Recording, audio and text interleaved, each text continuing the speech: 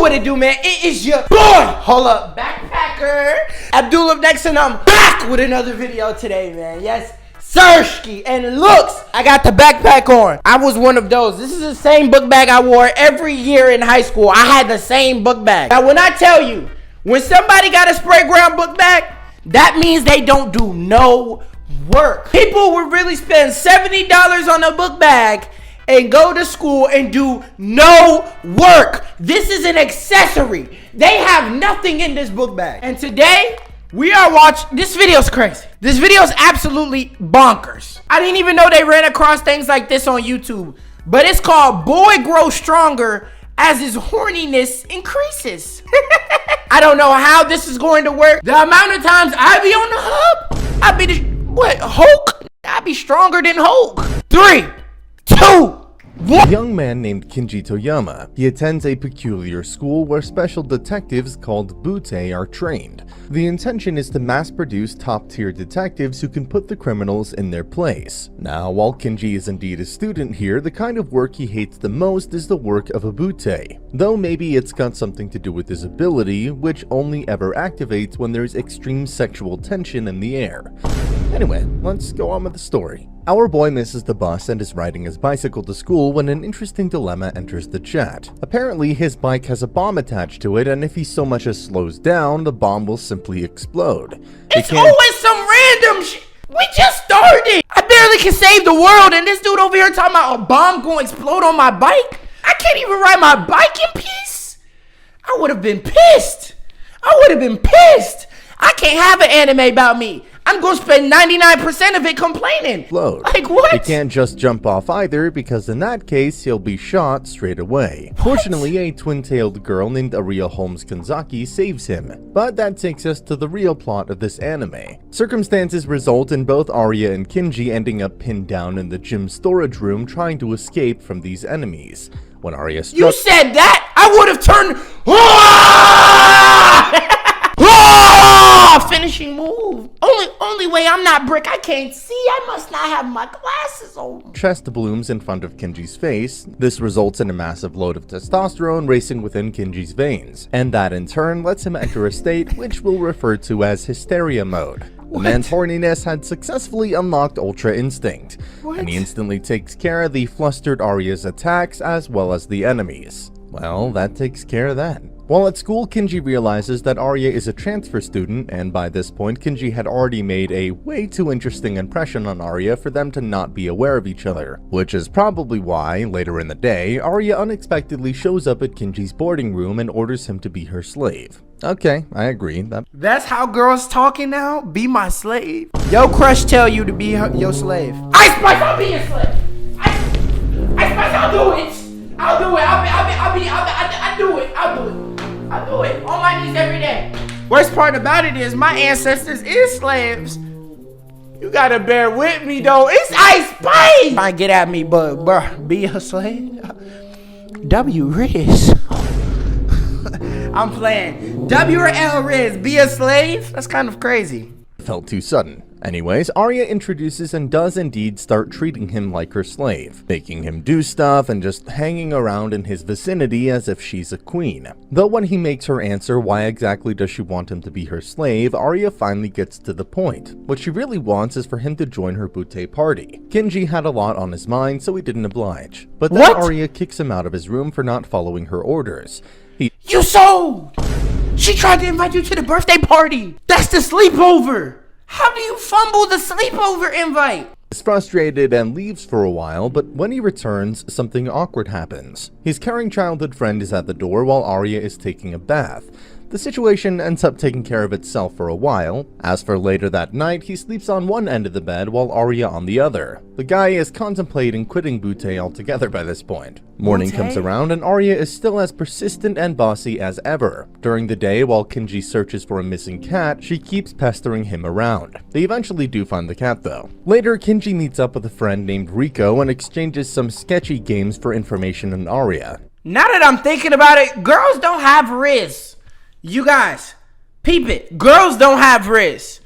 If you don't go up to a girl and talk to them yourself, you're never gonna get her. You will never know how many girls might like you because you never try. You're not gonna naturally get a girl without talking to them. Who the fuck are you? Duke Dennis? Duke Dennis just sit down and exist and got the bitch.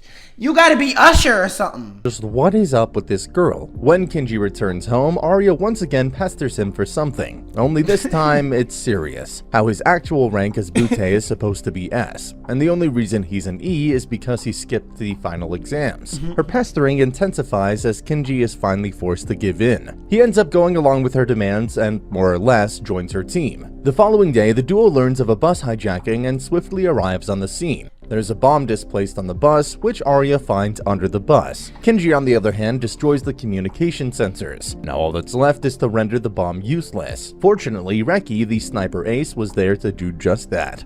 Arya got a little injured during the entire ordeal. They said he gets stronger when he gets brick. Is he gay? Is that the trick? Is that why he's weak? He gay. He don't like females because you holding her like this. Nigga, she could have been dying. I might just still be rocked though. I can't lie.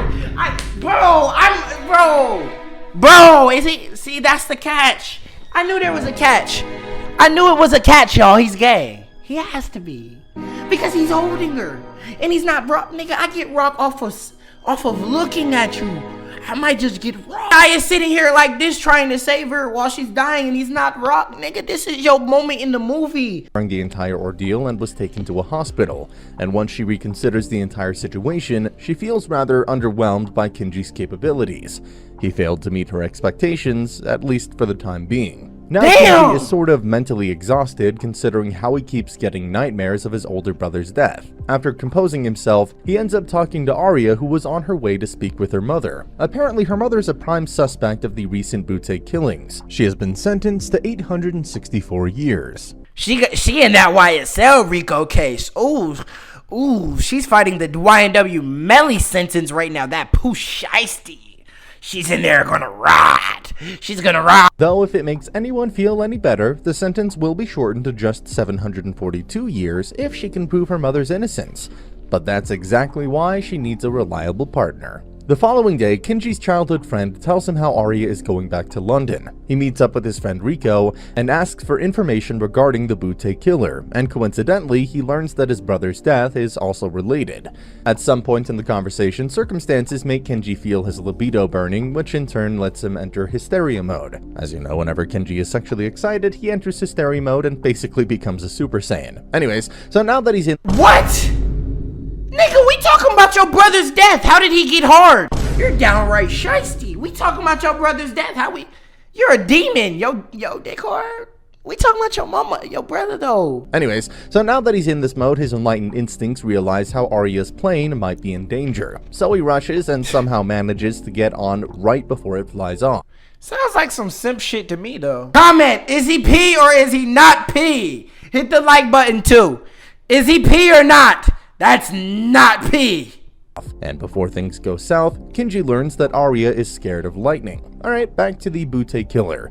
The plane is hijacked, and as it is revealed, the one who hijacked his bike on day 1, and the one who did in that bus, as well as now this plane. All of them were done by his friend Rico. She's the great-granddaughter of Arsène Lupin, and her core reason for targeting Arya is just so she can surpass her grandfather's old man. This doesn't end here. She also lets him in on a lover's secret. Kenji's brother was her lover, and it was her who killed him. All of this, of course, leads to a heated duel between Arya and Rico. It begins, and shortly after, Rico appears to be the one with the upper hand. Though quite conveniently, when Kenji is trying to save Arya, he kisses her to not only activate his Ultra Instinct mode, but also calm the young lady. But Rico escapes when the situation is dire because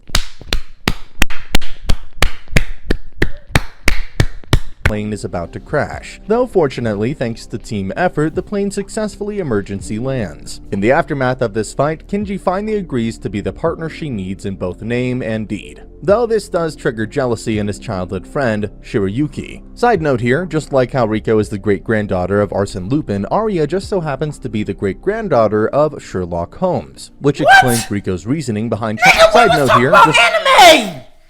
I thought this anime! Explains Rico's reasoning behind trying to take her out in an attempt to surpass her ancestors. This nigga got all the bitches fighting over him. He's a playboy. He's a playboy. Now Shirayuki, Kenji's childhood friend and a special Butte who has psychic powers, is a force to be reckoned with, as Arya learns during their encounter. Later, Arya starts training Kenji's hysteria mode. You can probably expect what kind of training that could be, so let's get to what happens next. Oh, this is awesome. Like, just imagine, you just like, yo. You just gotta get you some cheeks. Then, like, you impressing the bitches. That's a 2-on-1.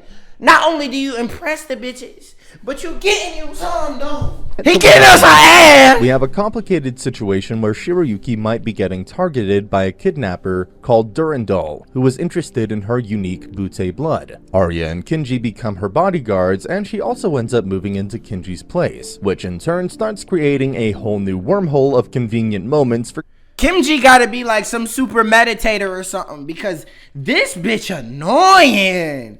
She always talking.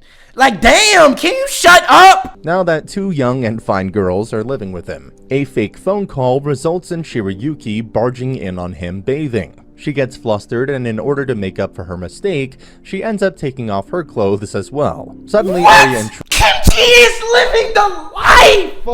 Arya intrudes and Kenji has to run off. He ends up in the local river and gets a cold. An interesting day indeed. Still, as he recovers from his cold, he continues his libido training. They also kinda have an argument about whether Durandal is really out there or not. Shirayuki then exhibits her desire to watch fireworks, and so she goes with Kenji later that day. This does involve breaking the rules of the shrine, though, but no, well.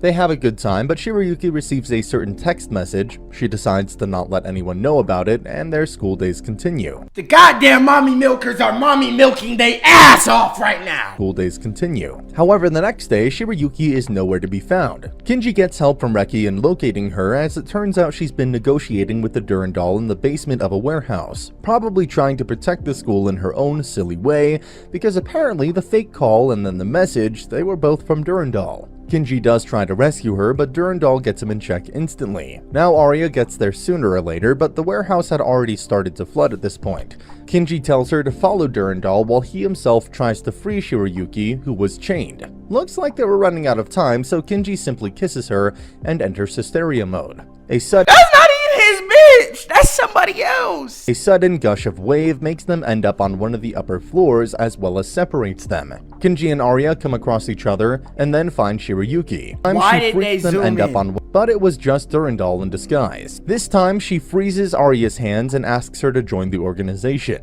But this gets interrupted because the real Shirayuki is also here.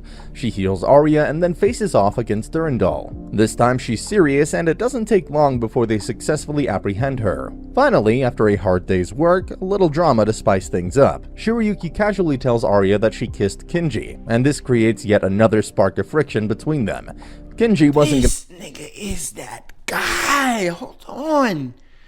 Yo, this nigga's lifestyle is crazy. ass kicked, so he simply flees. Another day, another conflict. And he kinda has a Krishan Rock type girl. This time, Kenji is invited to Arya's room where she tries to lay her hands on him, but it's all too superficial, and yes, it was indeed not Arya, just Rico in disguise. She tries to awaken hysteria mode, but the real Arya enters the chat and verbally abuses Rico. Like, do you not see this? He has girls really on his body. Fight briefly before Kenji stops them and then gets to the point. Arya wants Rico to testify for her mother, and quite unexpectedly, she complies. But on one condition. She wants them to retrieve a memento, which was stolen from her. Once successful, she'll testify for them. The next day, they are all in school. Rico is being awfully familiar with Kenji, which pisses off Shirayuki. So she makes Kenji take her to the nurse's office, where she tells him about the consequences of what they did on the fireworks festival, and how she has to stay at the shrine for a month to make up. But even so, the naughty girl doesn't hesitate in trying to seduce Kenji there in the office. Damn! Everybody, this nigga got the just. There hasn't been someone this effective in the game since Justin Bieber. Justin Bieber effect. Idea is to sneak into her former leader's mansion as a butler and maid. A little context on her former boss. Looks like Rico's parents died and she was then taken in and raised by Vlad. Vlad is a serious threat in the sense that he's not even human. Durandal, or Janine, whatever you want to call her, tells Kenji that there are 4 marks on Vlad's body that need to be pummeled or destroyed, otherwise they have no hope of winning. After having this long talk with Jean, Kenji arrives at the infirmary where he was supposed to meet Riko, though the timing was a bit off because all the girls were having a physical examination. He quickly hides in the closet only to be discovered by Reki. A large white wolf appears to enter the scene, both Kenji and Reki chase after it, and in the end it ends up becoming Reki's pet. Finally, it's the day to carry out the plan. Arya's training to be a maid was also coming along just fine, or maybe not. Riko poses herself as an employment agency and introduces Kenji and Arya as butler and maid. Things do get awkward though when they realize how the caretaker at the mansion is their school teacher. The infiltration continues, and within 2 weeks, the duo finds out the location of that memento. And after discussing it all with Riko, they decide to execute the final aspect of the plan. While Arya distracts their teacher, Kenji sneaks in to get the memento and swiftly replaces it with a fake one. Just like that, they finally get Riko her memento back. But as tenacious as she is, the moment she gets it back, she once again declares war on them. How she has to defeat Kenji and Arya in order to surpass her ancestors. She slimed y'all! You got slimed out! Played yourself. But while they were engaging in a friendly scuffle, Vlad had already tracked them down. It was their teacher all along. In fact, the whole teacher persona is Vlad's cover identity, which he uses to perform all sorts of genetic experiments on humans.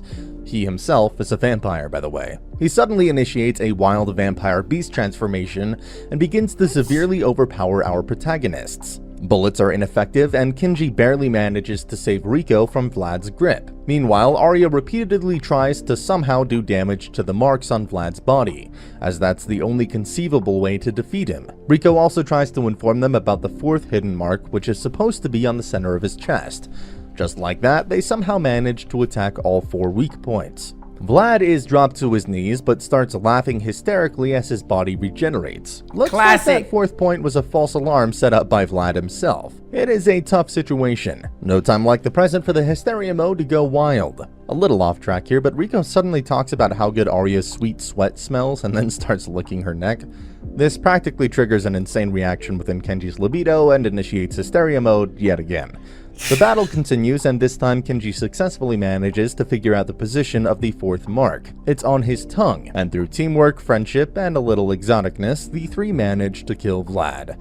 Vlad is defeated, and it's something that even Lupin couldn't pull off, which essentially means that Riko has successfully surpassed her ancestors. The duo congratulate her before she takes her leave, all content with what had happened. In the days that succeed this event, Arya makes Kenji accompany her to a shop so that she can buy a new swimsuit. When she Damn! Maybe I do got a chance at a superpower. I ain't had no ass yet. Maybe. Look, they said powers came December 21st. I didn't get my powers. Maybe this is why.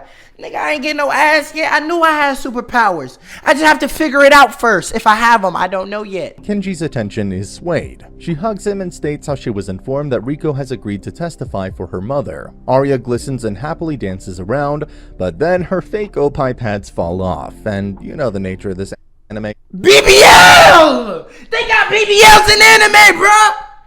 Kenji gets slapped, like always. And that's the end of the video. I ain't gonna lie, I probably would have became a god in no time too. I ain't gonna lie, I would have became a god. Look, you guys, if you guys want me to react to more videos like this, I'll do it. You just gotta let me know in the comment section, alright? I have to see if this video gets love. I'll react to way more videos like this, man.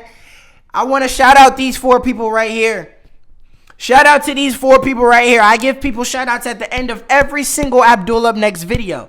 And how you get a shout out is by hitting the like button and commenting that you hit the like button. You will get a shout out like these 4. It is your boy Dooley. Let me know. Should I do it again? I kind of want to, man. That was fun.